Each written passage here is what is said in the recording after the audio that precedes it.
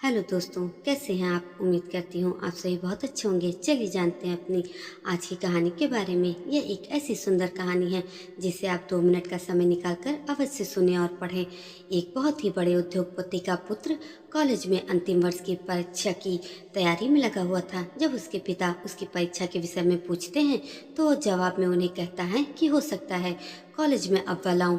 पापा, अगर मैं अव्वल आया तो आप मुझे वो महंगी वाली कार ला दोगे जो मुझे बहुत पसंद है? तो पिता खुश होकर कहते हैं, क्यों नहीं, अवश्य ला दूंगा। यह तो उनके लिए आसान भी था क्योंकि उनके पास पैसों की कोई कमी नहीं थी। पिता की बात सुन वो 2 गुने उत्साह से पढ़ाई में लग गया। रोज कॉलेज आते जाते वो शोरूम में रखी उस कार को निहारता और मन ही मन कल्पना करता कि वह अपनी मनपसंद कार चला रहा है। इस तरह दिन बीतते गए और परीक्षा होकर खत्म हो गई। थोड़े दिनों बाद जब परिणाम आया तब अपने कहे अनुसार कॉलेज में वह अव्वल आया। तब उसने कॉलेज से ही पिता को फोन लगाकर बताया कि वे उसका इनाम तैयार रखें, मैं घर आ रहा हूँ। घर आते आते वो अपने ख्यालों में गाड़ी को अपने घर के आंगन में खड़ा देख रहा था। जैसे ही वह घर पहुंचा तो उसे वहां कोई कार नहीं दिखी। तब वह बुझे मन से पिता के कमरे में दाखिल हुआ। उसे देखते ही पिता ने उसे अपने गले से लगाकर बधाई दी और उसके हाथ में एक कागज में लिपटी हुई वस्तु थमाई और कहा, लो, यह तुम्हारा गिफ्ट। पुत्र ने बहुत ही अनमने दिल से गिफ्ट हाथ में लिया और अपने कमरे में चला गया। मन ही मन पिता को कोसते हुए उसने कागज खोलकर देखा। उसमें सोने के कवर में रखी हुई रामायण दिखी। यह देखकर उसे अपने पिता पर बहुत ही गुस्सा आया, लेकिन उसने अपने गुस्से को संयमित कर एक चिट्ठी अपने पिता के नाम लिखी। पिताजी, आपने मेरी कार मुझे गिफ्ट न देकर ये रामायण दी है। शायद इसके पीछे आपका कोई अच्छा राज ही छिपा होगा, लेकिन मैं यह घर छोड़कर जा रहा हूँ और तब तक वापस नहीं आऊँगा जब तक मैं बहुत पैसा न कमा लूँ। और चिट्ठी रामायण के साथ पिता के कमरे में रखकर वह घर छोड़कर चला गया। समय बीतता गया। पुत्र होशियार था, होनहार था, इसलिए जल्द ही वह बहुत ज्यादा धनवान भी बन गया।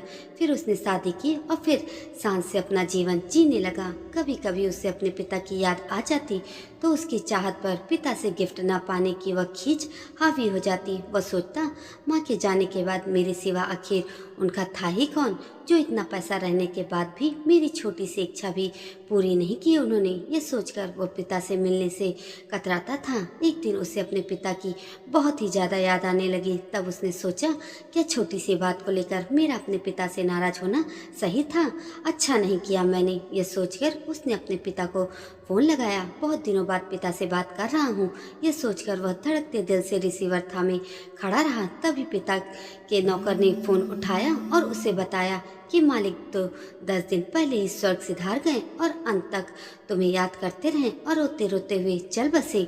जाते जाते कह गए, मेरे बेटे का फोन आए तो उससे कहना वह आकर अपना व्यवसाय संभाल ले। तब तुम्हारा कोई अता पता नहीं होने के कारण तुम्हें हम सूचना नहीं दे पाए। यह जानकर पुत्र को गहरा दुख हुआ और वह दुखी मन से ही अपने पिता के घर रवाना हुआ। घर पहुंचकर वह पिता के कमरे में जाकर उनकी तस्वीर के सामने रोते हुए रुधे गले से उसने पिता के दिए हुए गिफ्ट रामायण को उठाकर माथे पर लगाया और उसे खोलकर देखा। पहले पन्ने पर पिता द्वारा लिखे वाक्य को उसने पढ़ा, जिसमें लिखा था, मेरे प्यारे पुत्र, तुम दिन दुगनी और रात चौगुनी तरक्की करो, साथ ही साथ मैं तुम्हें कुछ अच्छे संस्कार दे पाऊँ, यही सोचकर ये रामायण दे रहा हूँ। पढ़ते वक्त उस रामायण से एक लिफाफा सरक कर नीचे गिरा, जिसमें उसी गाड़ी की चाबी और नगद भुगतान वाला बिल रखा हुआ था। यह देखकर उस समय पुत्र को बहुत दुख हुआ और वह धड़ाम से जमीन पर गिरकर रोने लगा।